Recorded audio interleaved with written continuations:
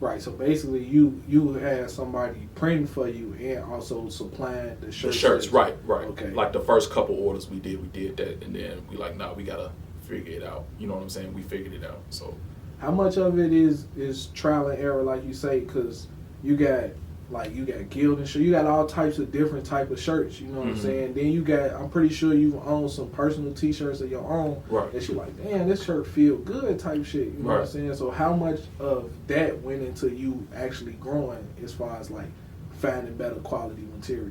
We actually, the way we went about doing that, bro, was that we ordered different shirts to see the quality of them. Before, because we had samples made before we start putting them out to the public. You know what I'm saying? So first run of the shirts, we just made them real quick. The quality was good, but we was like, man, it could be better. And we start going into different shirts and different colors going along, and we'll chop it up like, all right, these the ones we gonna rock with. So that's how it's been working up. Communication is the key with that. And if you got a good team, you good. And if everybody on the same accord, you good. Especially with Ed and Rico. Speak on that, because a lot of people feel like they can do and conquer the world by themselves, but some of the most influential and powerful people in the world have strong teams behind them. So explain that. Like I said, when I got the idea, bro, I only brought it to a certain amount of people. Like I said, I brought it to Rico, Ed, my boy Manny. He the brand ambassador. Salute to my brother Manny. And don't. Make sure if you're trying to do this with a team, bro, make sure you know them. You know what I'm saying? Because there's certain people who get involved with your shit and might have hidden agendas and that type of shit. You know what I'm saying? So get you a team that's for you and trying to see you win. You know what I'm saying? Like the growing pains of everything. Like who would you say was some like fashion designers that you looked up to or you want to model your brand after? Or if it was anybody that you want to No, it wasn't even, I can't even say it's something I wanted to model the brand after, bro. I just was trying to come up with some dope shit. Like, I know we had this brands back in the day like fucking Sean John and like even we in the varsity jackets now like Pelly and shit like that. I used to have Pelly jackets back in the day. So we got into the varsity jackets in the wintertime. Like, man, that'd be dope. Niggas gonna rock with that, you know what I'm saying? The big logo on the back, the mascot on the front, it was dope.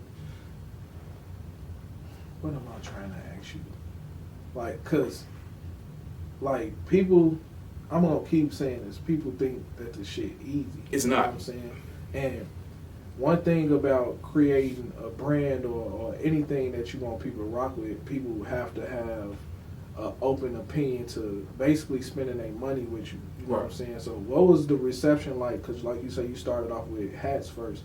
So, what was the reception like when you dropped your first product? My first product, when I dropped it, people was rocking with it, man. Like, I didn't think it was gonna go as good as it went. You know what I'm saying? And people was loving that name, especially with the times we was in at that time. You know what I'm saying? And yeah, people been rocking with it ever since.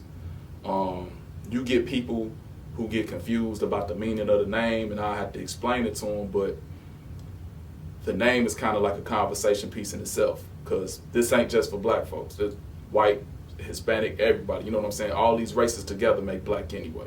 What would be the confusion as far as like the name? It's been more of like like people were at, oh, you guys like a militant group, but again, this is more from the other races. Black folks I usually don't have that problem with. And I'll explain to them what it is and what it stands for, and they'll usually end up buying something. Most of them is like through inboxes and DMs. They'll ask me about the name. They'll start following the page and see it like, bro, this is dope, but I want to know a little background on the name before I purchase. So that's not a big deal. So are those conversations difficult to have? They're not.